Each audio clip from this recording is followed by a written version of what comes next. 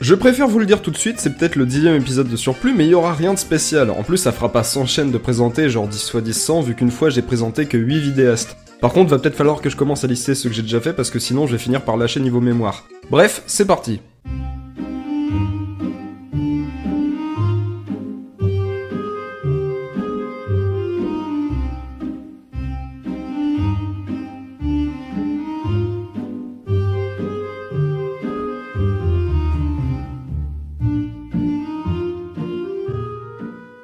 En premier lieu, nous avons la chaîne de Manga Podcast qui parle de tout ce qui touche à l'univers manga, que ce soit pour les animés, les mangas papier et les thématiques qui touchent à différents points de la mangasphère. Que ce soit pour nous parler d'un manga en particulier, d'un thème comme les hentai, il fait le tout avec beaucoup d'humour et d'un montage en fond vert digne des plus grands architectes qui travaillent le papier mâché.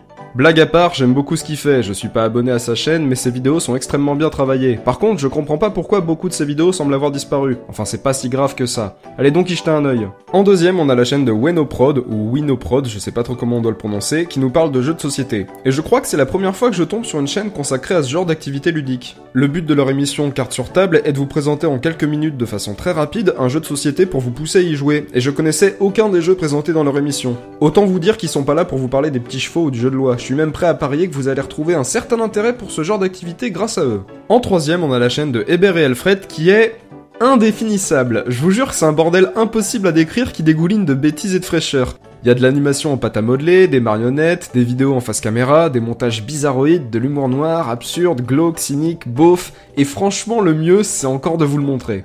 I think our house is so boring. What? Let me help you! For killing your child, I will paint your whole wall with red blood!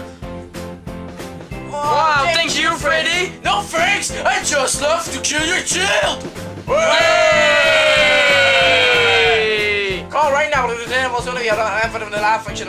Call right now! Moi je trouve ça plutôt pas mal, donc allez y jeter vos deux yeux, ils n'en reviendront que choqués et traumatisés à vie. En quatrième, on a la chaîne de Le Mazuyuki, qu'on appelle également la voix de l'internet, que vous avez pu entendre dans le What the Cut 35 pour le Pérou, et à la fin de notre BYT 26. Oui, autopromo, je fais ce que je veux. Alors le Mazuyuki vous propose entre autres des critiques cinématographiques de films passablement regardables, des doublages, mais également des canulars téléphoniques. Perso, je regarde sa chaîne juste pour ses critiques de cinéma, avec une écriture et un humour bien salé, surtout qu'à partir du deuxième épisode, on commence à avoir un vrai fil scénaristique d'épisode en épisode. Et puis, forcément, il y a sa voix, sa si belle voix, oh oui, vous pourrez vous toucher en écoutant sa voix et...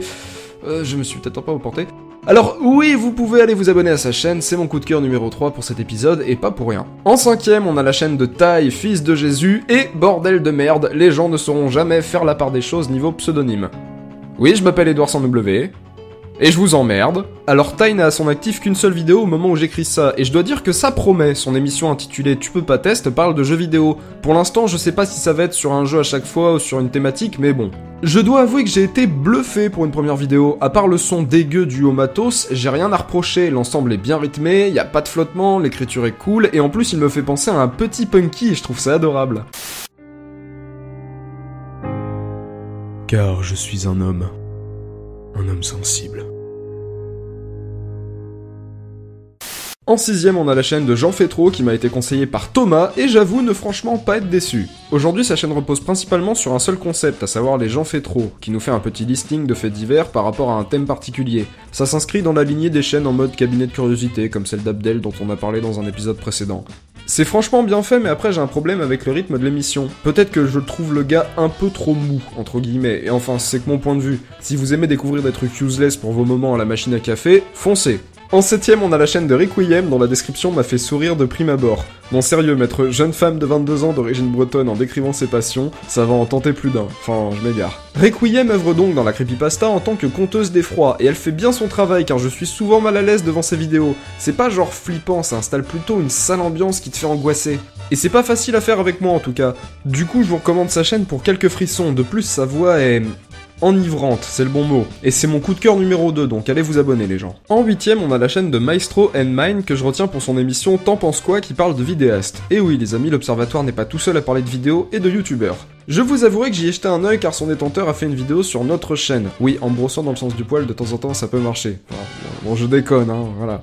Mais d'autres chaînes ont eu le droit à leur analyse critique. On peut y trouver Culture Moi, Thomas KH2, Mister Yeye, Mister Flèche, Anadé, Janonymous et plus récemment le Mazuyuki. Franchement, ça me fait plaisir de voir ce genre de chaîne qui parle de YouTube émerger de plus en plus, surtout que la plupart du temps c'est fait par des passionnés aux propos construits et à la vision divergente des opinions traditionnelles.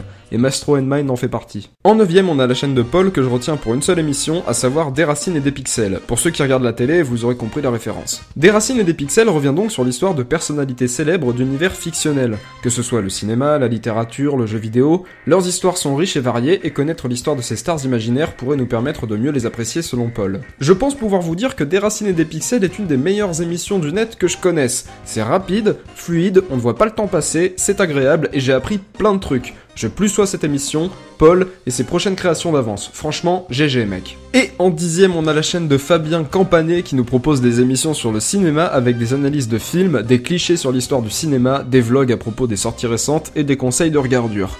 Le montage de ces émissions, l'humour introduit dans les vidéos et l'écriture aux petits oignons me fait bizarrement penser à un subtil mélange entre Crost et Mathieu Sommet. C'est étrange dit comme ça, mais j'imagine que le mieux serait d'aller voir par vous-même. J'ai jamais réussi à faire aussi court pour vous dire d'aller voir une chaîne, mais putain, elle vaut le coup. Juste, je vais vous mettre un extrait parce que ça gère tellement que je trouve ça incroyable. Et si bon nombre d'éléments dérangeants pour les esprits les plus cartésiens fleuriront à droite à gauche, avec en tête le fait que Chappie, pourtant dépourvu de système nerveux, flippe à l'idée de se faire tabasser, ou encore le fait qu'une clé USB soit incapable de contenir une conscience de synthèse, sauf quand le scénario le lui autorise, le film reste suffisamment bon pour ne pas être mauvais. Suffisamment bon pour ne pas être mauvais, le vlog de base. Allez, va t'abonner, c'est génial, et c'est mon coup de cœur numéro 1 pour cet épisode de Surplus, donc ça vaut forcément le coup. Bon, là c'est limite je suis en train de le sucer, mais franchement, allez vous abonner à sa chaîne, c'est vraiment vachement bien. Je vous remercie d'avoir suivi ce 10ème épisode de Surplus, si ça vous a plu, n'hésitez pas à partager sur Facebook, Twitter, mettre un like ou un commentaire, vous connaissez la chanson, et à vous abonner si ce n'est pas déjà fait. Et d'ici là, on se dit à la prochaine, salut les gens.